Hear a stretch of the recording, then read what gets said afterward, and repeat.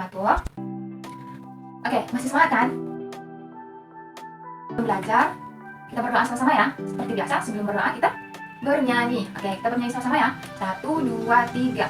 Tangan ke atas menggapai bintang, tangan ke samping burung yang terbang, tangan ke depan ikan berenang. Duduk yang rapi, mari berdoa. Oke, baik, sebelum belajar ibu absen dulu ya. Oke, hadir semua ya. Nah, sekarang coba buka buku halaman 27. Perhatikan ilustrasi pada bab 2 ini. Nah, apa yang dilakukan orang-orang pada dalam gambar tersebut? Ada yang tahu? Ya, ada menyapu, memasak, menyiram tanaman, dan lain sebagainya. Nah, selanjutnya, apa sajakah tugas harian yang biasanya kalian lakukan di rumah?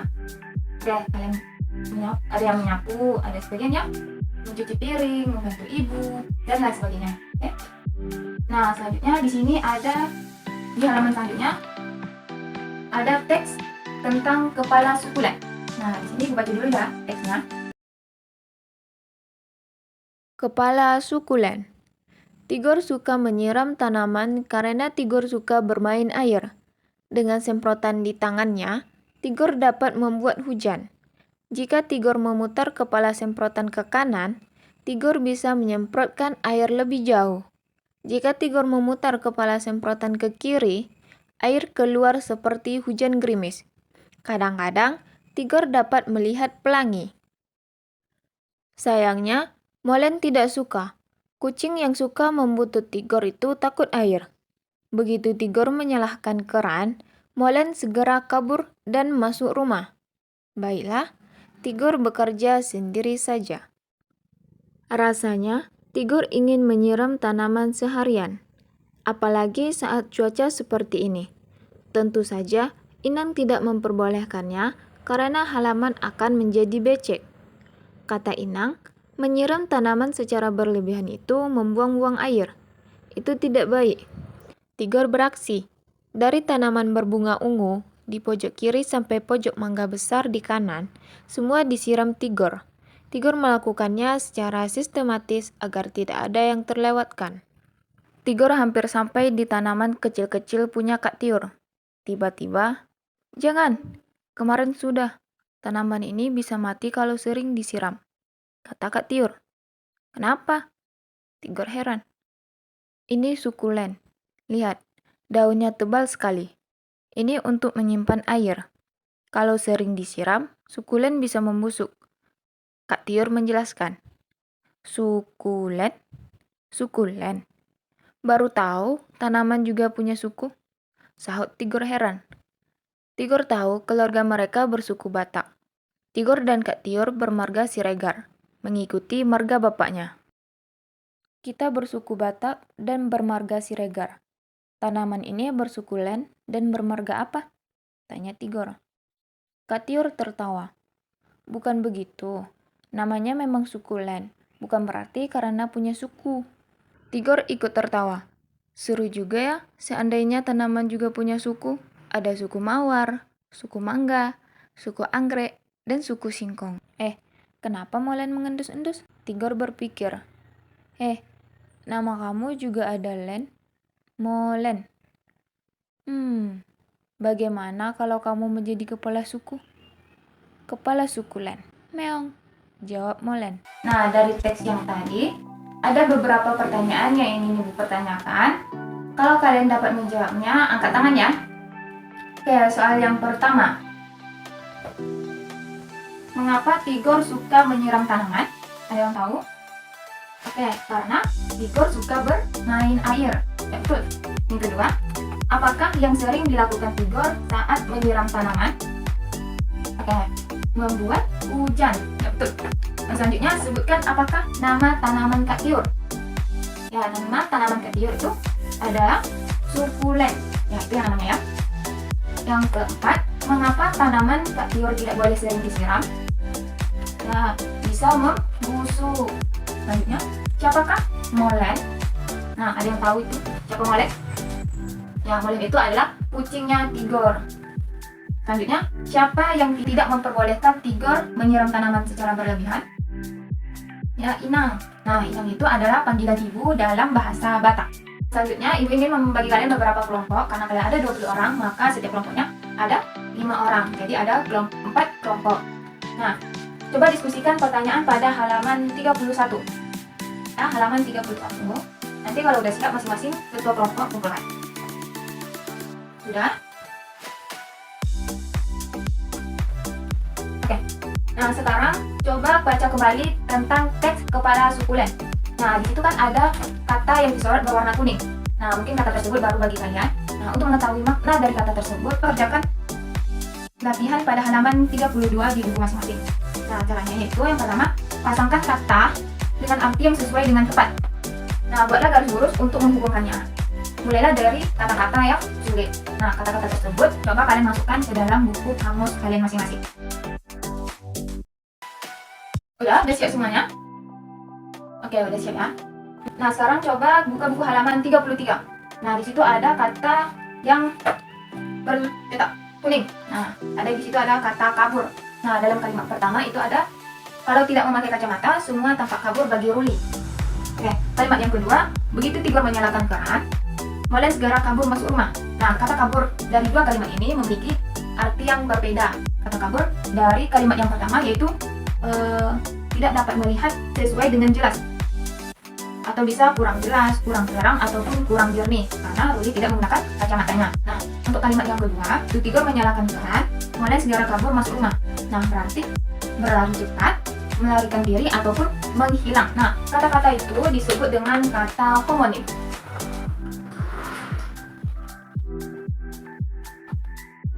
Nah, kata homonim ini adalah kata yang sama tetapi maknanya berbeda. Sekarang coba buka buku halaman 35. Nah, di halaman 35, coba perhatikan gambar di bawah dan kata yang sesuai dengan gambar tersebut. Nah, di sini ada gambar dan ada nomornya. Coba lihat. Nah, coba kalian perhatikan kata-kata ini berdasarkan gambar yang ada. Nah, kata-kata di atas itu ada berawalan me. Kalian sudah mengenal awalan me sebagai bentuk kata kerja. Nah, tergantung kata dasarnya. Ada awalan me yang bisa berubah bentuk menjadi men, mem, mene, men, atau tetap me. Ya. Nah, kata di atas awalnya adalah kata dasar yang ditambah dengan imbuhan me. Kata dasarnya itu yang pertama ada menyanyi, melihat, meminum, menginjak, mendengar, mengobrol, menulis, memfoto, ada membuka, mengupas, dan memegang. Nah, ini yang dinamakan dengan kata dasar atau kata tanpa awalan atau imbuhan. Nah, sekarang kita pelajari lebih lanjut tentang imbuhan me.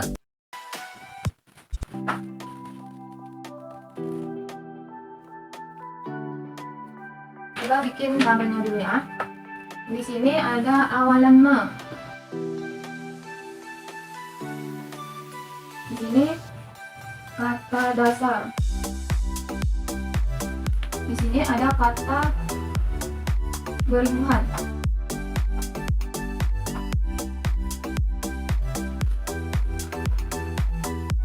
Nah, di sini ada kata awalan. Kita coba bikin awalannya me. Nah, kata dasar. Nah, di sini ada awalan me. Nah, tetap menjadi imbuhan me apabila diikuti kata dasar yang berawalan ada L, M, N, R, W, dan G. Nah, kata dasar yang awalannya L itu bisa lihat, coba ya. Lihat. M untuk minum. Kata dasar yang awalannya N, ya bisa jadi nyanyi. Kata dasar awalan R ada rawat. Kata dasar W itu warna. Kata dasar Y itu ada kata yakin. Nah, coba kita sekarang gabungkan. Me ditambah lihat menjadi melihat. Me ditambah minum menjadi meminum. Me ditambah nyanyi menjadi menyanyi. Me ditambah rawat menjadi merawat. Selanjutnya, me ditambah warna menjadi mewarna. Nah, biar lebih bagus kita tambah di akhirannya i, huruf i, mewarnai. Selanjutnya me ditambah yakin, meyakini. Nah, ditambah akhirannya huruf i, seperti itu. Nah, itu untuk awalan me. Kata dasar awalan m, n, m, r, w, dan y. Nah, selanjutnya ada kata dasar mem. Ada kata dasar. Oke, selanjutnya ada kata awalan men. Nah, kata awalan men. Nah, kata dasarnya, kata dasar awalan c, d, j, dan t. Nah, oke. C untuk contoh, D untuk dengar, J untuk jemput, T untuk tulis. Nah, awalan men ditambah kata dasar awalan C, D, J, T itu men ditambah contoh. Berarti kata ini mana? Mencontoh. Selanjutnya dengar, berarti mendengar. Selanjutnya jemput, men ditambah jemput menjadi menjemput. Selanjutnya men ditambah tulis menjadi bukan mentulis, bukan mentulis tetapi menulis. Seperti itu ya. Selanjutnya ada awalan mem. Awalan mem, kata dasar yang awalannya itu B, F, P, dan V. Nah, kata dasar awalan B yaitu untuk buka, F untuk foto, P untuk pegang, V untuk vaksin. Vaksin. Oke, kita gabungkan. Mem ditambah buka berarti menjadi kata ilmunya membuka. Selanjutnya mem ditambah foto berarti memfoto. Selanjutnya mem ditambah pegang menjadi bukan memegang, menjadi memegang. Memegang. Selanjutnya mem ditambah vaksin menjadi memvaksin.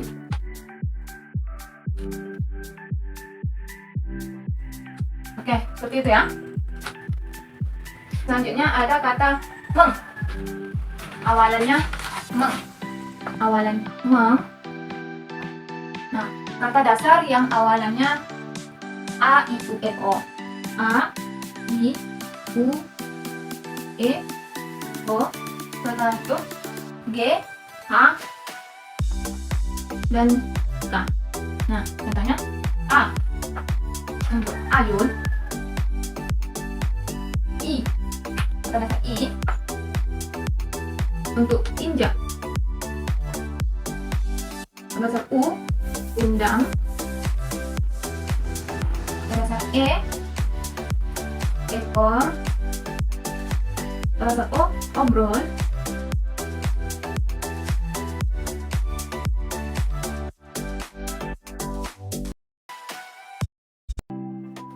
G gali. Selanjutnya H halau. Selanjutnya K kristal. Nah, coba kita gabungkan. Meng ditambah ayun menjadi mengayun. Mengayun. Selanjutnya meng ditambah injak menjadi menginjak. Selanjutnya meng ditambah undang menjadi mengundang. Selanjutnya tambah ekor menjadi mengekor. Selanjutnya meng ditambah obrol menjadi mengobrol. Tambah meng ditambah gali menggali. Meng ditambah halau menjadi menghalau. Meng ditambah kristal menjadi mengkristal. Betul. Mengkristal. Oke, paham? Oke. Paham ya sampai di sini? Sampai di sini ada yang kurang paham? Oke. Oke, selanjutnya buka buku halaman 37. Nah, di situ ada latihan. Coba dikerjakan latihannya di buku masing-masing. Oke, karena waktu mau habis, coba kerjakannya di rumah ya. Karena waktu menunjukkan waktu istirahat. Sekarang coba kalian buka buku halaman 37. Nah, di sini ada latihan soal. Nah, latihan soal ini kalian kerjakan di rumah masing-masing di buku PR. Oke, pas pertemuan ke depan, pas pertemuan selanjutnya dikumpulkannya. Ya, jangan lupa. Oke, baik, karena waktunya sudah mau habis, sampai disinilah pelajaran kita hari ini. Semoga apa yang kita pelajari hari ini dapat bermanfaat untuk kedepannya. Sekian dari Ibu, Assalamualaikum warahmatullahi wabarakatuh.